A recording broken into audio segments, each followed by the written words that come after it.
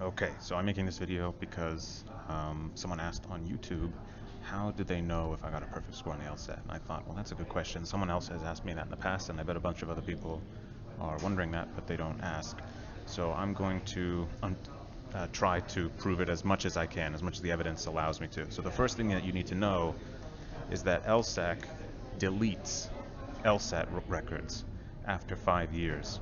They literally, like, I don't know, they just delete it from their database, and they have no, they don't keep anything. They don't keep your writing sample. They keep nothing. They don't even keep your score. They keep no data at all about it after 5 years. So if I go here, LSAT status, I think that's normally where your score would show. Because I took the test in 2010 and it's now 2017, it doesn't show any LSAT information on file. Now the closest thing that I have to evidence that I actually took the test is that if I go to Overview and then click View My Purchases, you can see that on January 1st of 2010, I made a payment of $136 to take the LSAT on June 7th, 2010. So that is as close as to possible evidence that I can get from LSAC's actual website. And of course, this could be faked, but it would be difficult to fake this. This is just a video I'm making quickly, so you can imagine if I was to actually, spoof this website or whatever, it would be a tremendous amount of effort involved, but it could be done. I imagine it could be done. So the next thing I'm going to show you is my email. So the thing that you need to know when you look at my email is that I legally changed to my middle name in 2011. I believe it was 2011, the year after I took the test. And so before 2011, when I took the actual exam, I was taking it under my Argentinian name of Pablo Moreto. And now I'm going by my English name of Nathan Wales. My middle name was Nathan, my mother's maiden name is Wales, and I'm just going by that because, I'm in an English-speaking country. I feel a little bit I don't speak Spanish, so I feel a little bit closer to that culture than to the Argentinian culture. But if I'm ever in Argentina, I go by Pablo. I go by Pablo to all my family. So that's just like a business decision. So if you go here, just to prove. Well, how can I prove that?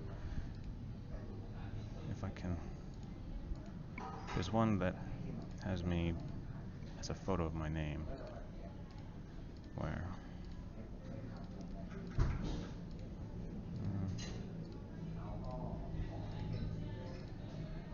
no, yeah, okay, Pablo. So you can see there, I didn't Photoshop this. This is from Facebook. I was going by Pablo in 2010. This was actually, I think, this was maybe 9 months before I took the test. Okay, so now I'm in my Pablo account, and now if I search for any emails from LSAC, you will see here, June 26 of 2010, I got this email, your June 2010 LSAT score from LSAC. So you can see it's from LSAC score at lsac.org, and you can see that's my LSAC account number. It says your June 2010 LSAT score is 180, percentile rank is 99. So that is the closest that I have to proof through my email that I got the score. Now I don't remember if I have the actual documents. Where would that be? Well, I don't want to go through my Dropbox while I'm recording the video. I think I may have the score report. Can I pause this? No, I can't pause it. Well, I think I have the score report. Unfortunately, I think I lost my writing sample, which I'm really upset about because I think I did a pretty good job on it. But I think this, and I guess the last thing I'll say is, I wrote this LSAT guide, TLS 1776's Thoughts on the LSAT, in which I go into tremendous detail on how I prepared for the test. And you know that I wrote this because, oh, where's my photo? I used to have my photo. Oh, okay. Well, here's the next best thing. I have a link to my website on the actual post, and it goes into tremendous detail on everything that I did.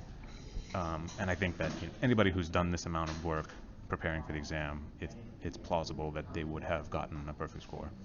So I think with the combination of all those things, I prepared for a year. I didn't study just for like a month or two or three. I studied for a full year.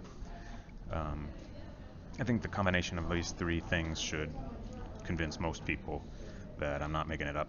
And I totally understand that people would be doubtful because it is very difficult to get that score. It took me a lot of time to learn all the little tricks to get that score. So I totally understand that people would doubt it. Right, I'll put this on YouTube now.